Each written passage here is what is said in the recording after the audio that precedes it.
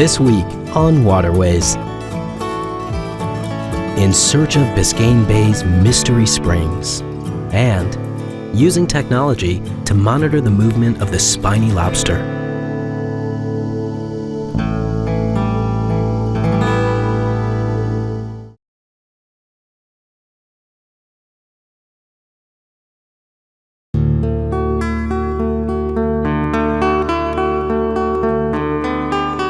Springs are often the stuff of tall tales.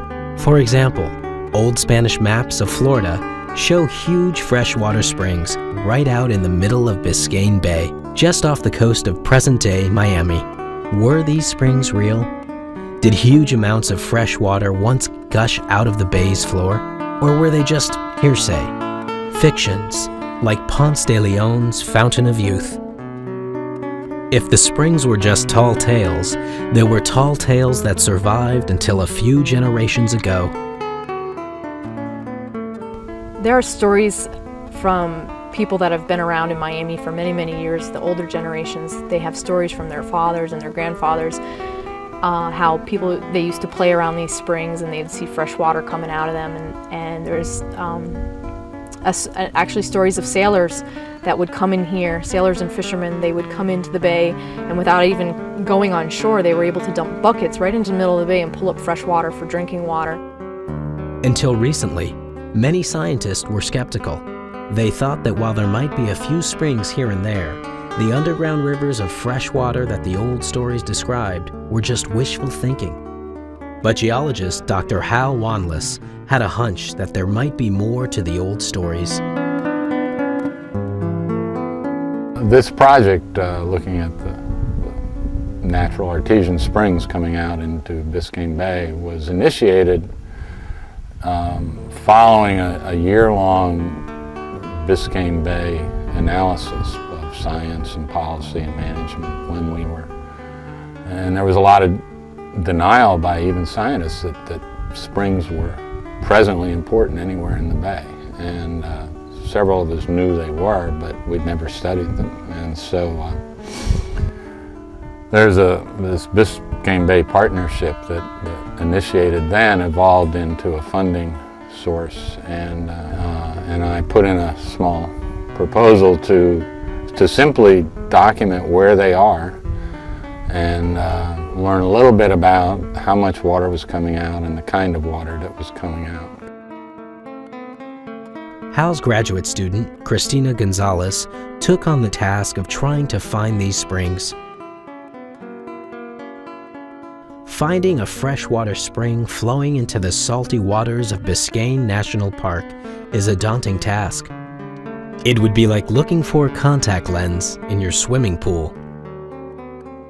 A spring can be detected by locating blurry water surrounded by clear water. It looks as if vegetable oil is mixing in the water, but you have to be right on top of it to see it.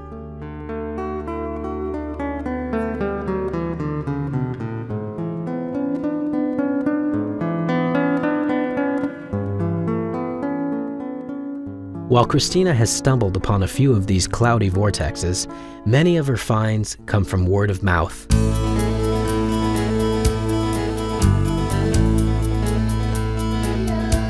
I found my very first spring actually through a conversation I had with a former coworker. He was familiar with the area and he goes fishing a lot in his flats boat, and he had visually observed a large spring just south of the Deering Estate property, and he sent me a photo, and I basically found that spring just by going canoeing over there and lining up the photo. Since that spring, I have found numerous other springs. Once Christina finds the springs, she notes its location and starts to study it.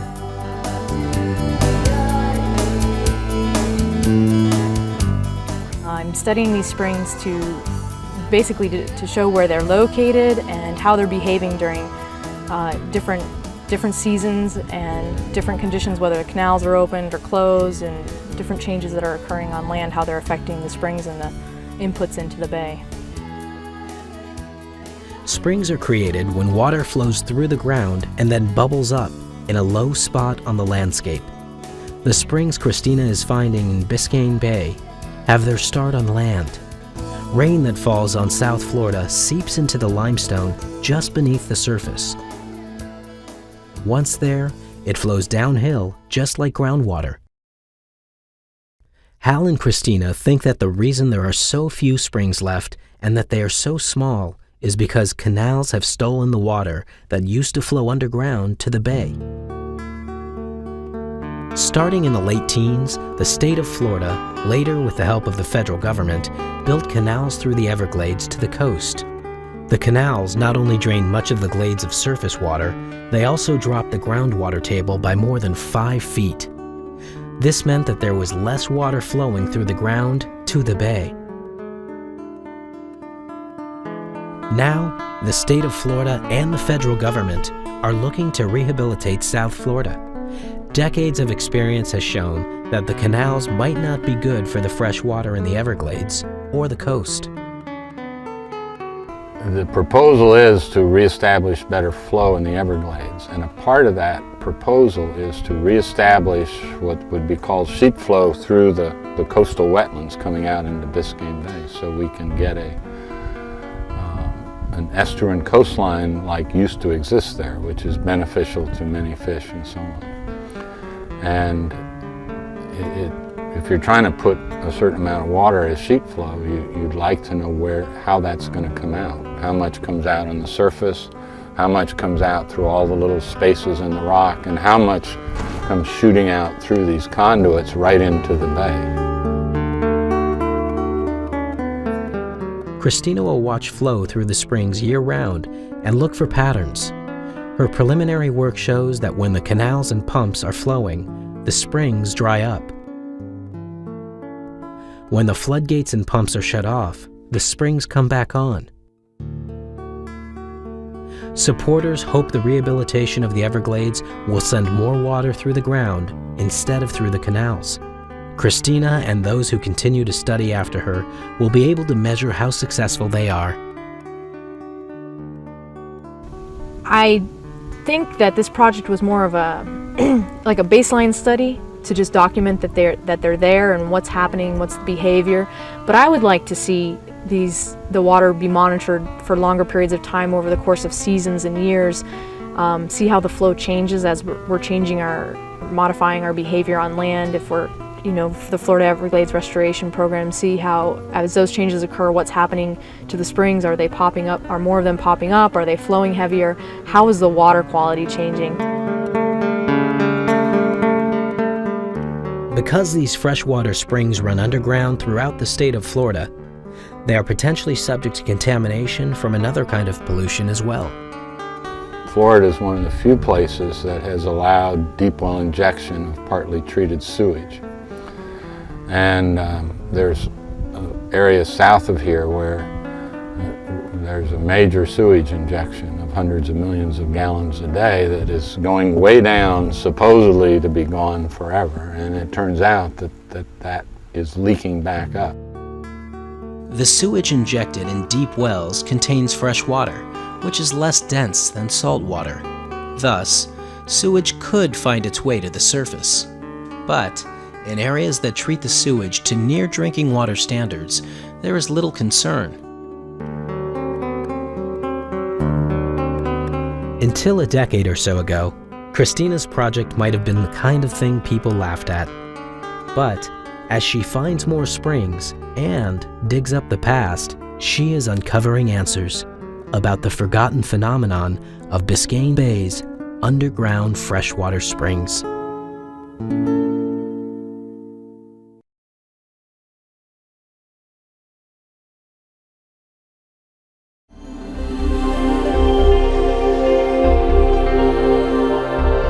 Cell phones, emails, pagers, modern technology helps humans stay in touch with each other. Could technology also help humans stay in touch with animals? In recent field studies, these advances in technology are helping scientists connect more easily with the animals they study, providing better information to resource managers about how to protect wildlife. Dr. Rod Bertelson is among a handful of researchers who are using a technologically advanced tag, a tag that uses sound waves to transmit information about an animal's location. His studies, funded by grants from the Special Studies Program, supported by the Florida Keys National Marine Sanctuary and the United States Environmental Protection Agency, seek to provide resource managers with information that will help protect the spiny lobster, the basis for a $23 million fishery in Florida.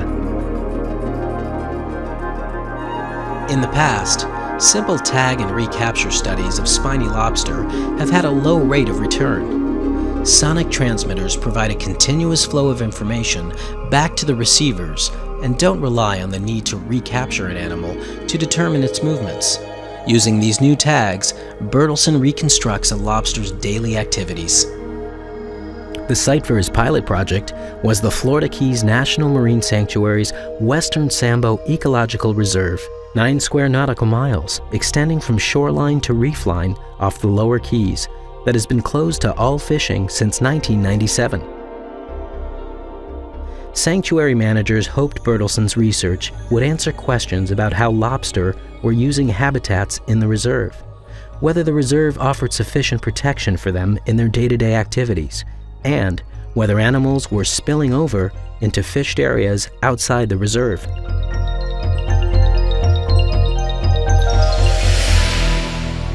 We started sonic tagging in a pilot project in 2003 in Hawk Channel. We had 20 receivers in our arsenal to put into the water that listen for these little clicks that are made by a tag that can be placed on the back of a lobster. And in 2003, we tagged a total of 10 animals and listened to them for a couple of months out in the Western Sambos Ecological Reserve. The results we got were pretty amazing. We could follow with good accuracy where the animals were moving within about a 2 square kilometer area.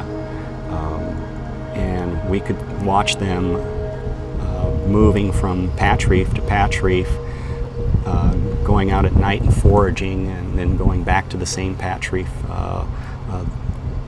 during the daytime. The daytime's when they typically shelter up from the daytime predators, and they go out at night to forage.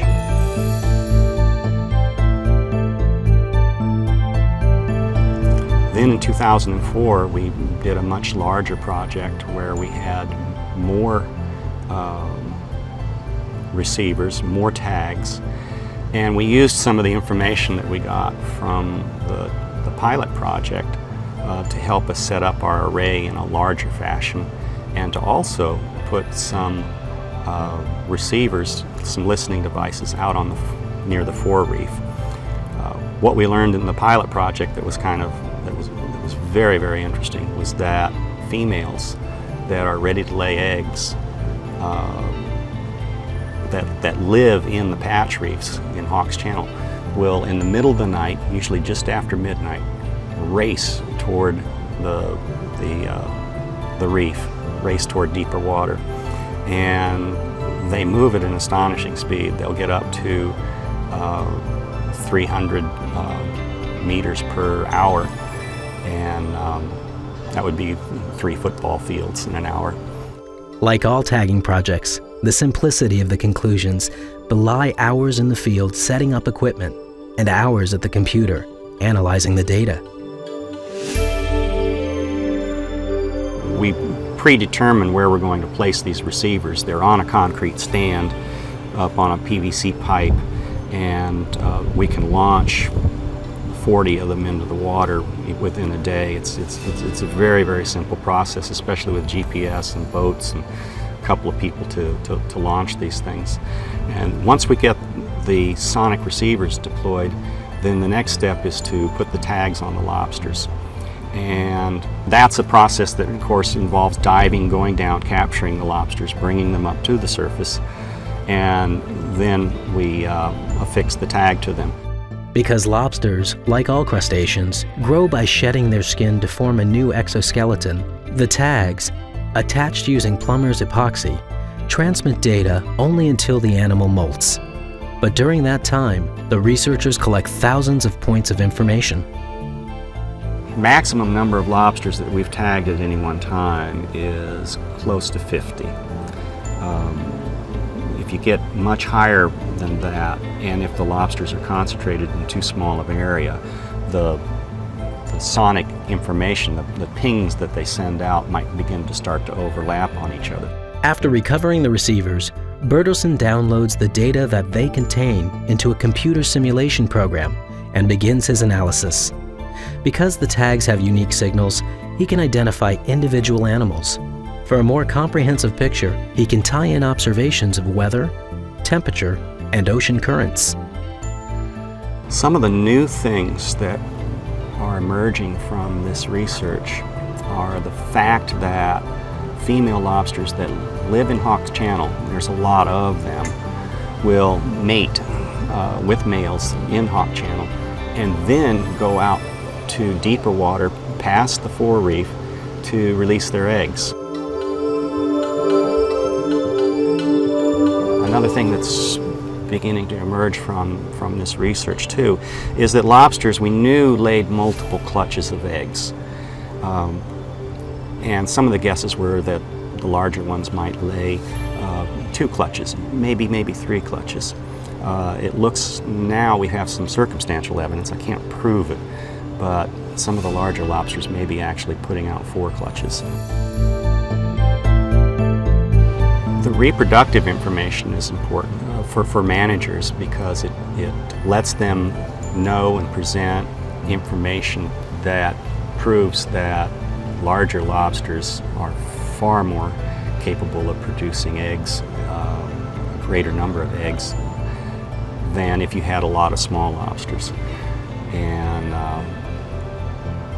so sort of bang for the buck, if you will, of what you get by having an MPA, a preserved area, which allows you to have these larger lobsters in there, is very important in terms of the reproductive capacity.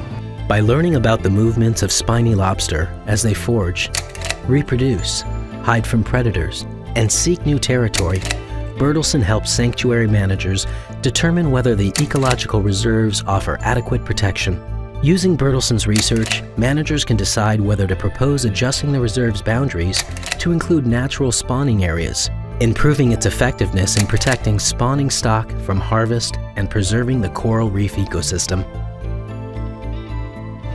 Some of the other things, though, that we're going to be able to get from the sonic research that we haven't pieced together yet is that once we get a habitat map put together of where the patch reefs are located, where the foraging grounds are located, where they do all of these different things in part of their life cycle, then we can use that information and give to the managers, and they can design an even more effective MPA once they have those tools to work with.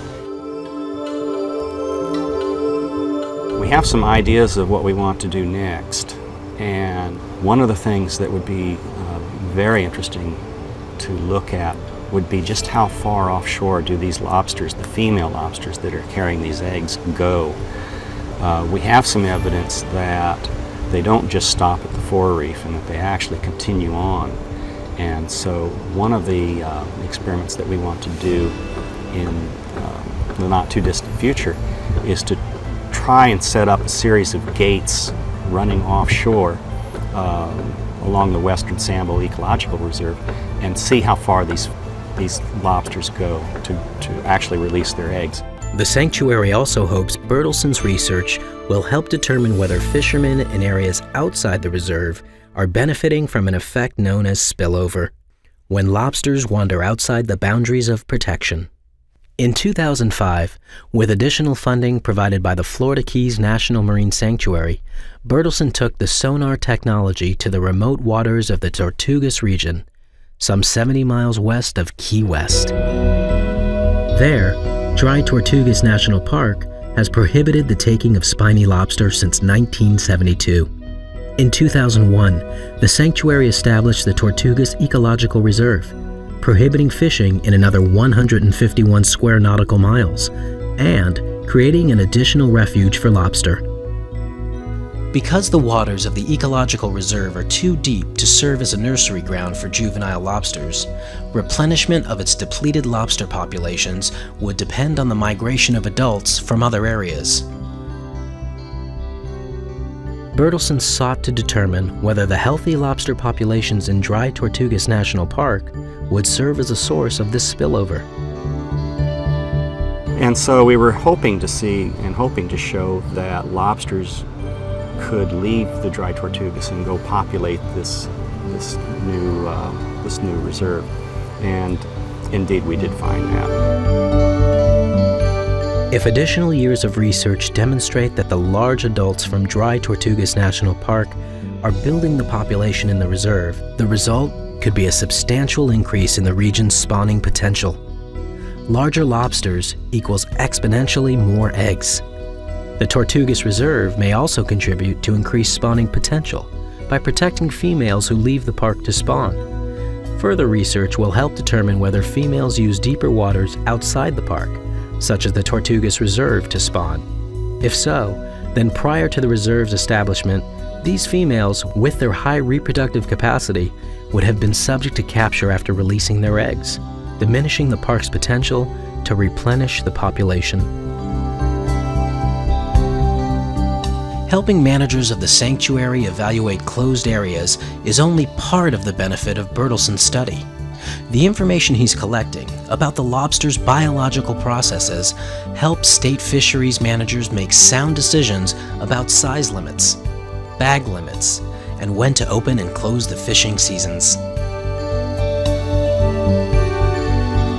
There'd be a lot of debate that goes on as to what these rules should be and whether we should change them or make them different or increase this or decrease that.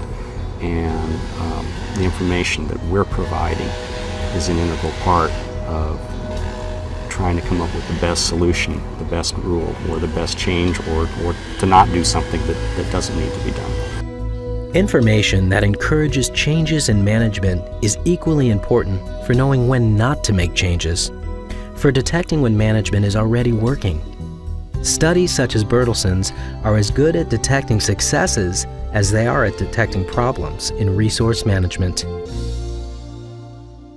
The lobster is also a very important predator in this system, and if it were to completely disappear, there might be other consequences to the ecosystem that we don't know about and would probably be deleterious. So we do want to keep the spiny lobster in the Keys. The preservation of marine areas, just as on land, is an important part of any balanced world. These are places where plant, animal, and minerals have some protection from a changing world. As the ecology evolves, so does the technology to monitor it. And maybe the technology will help managers better understand the resource and keep ahead of any problems.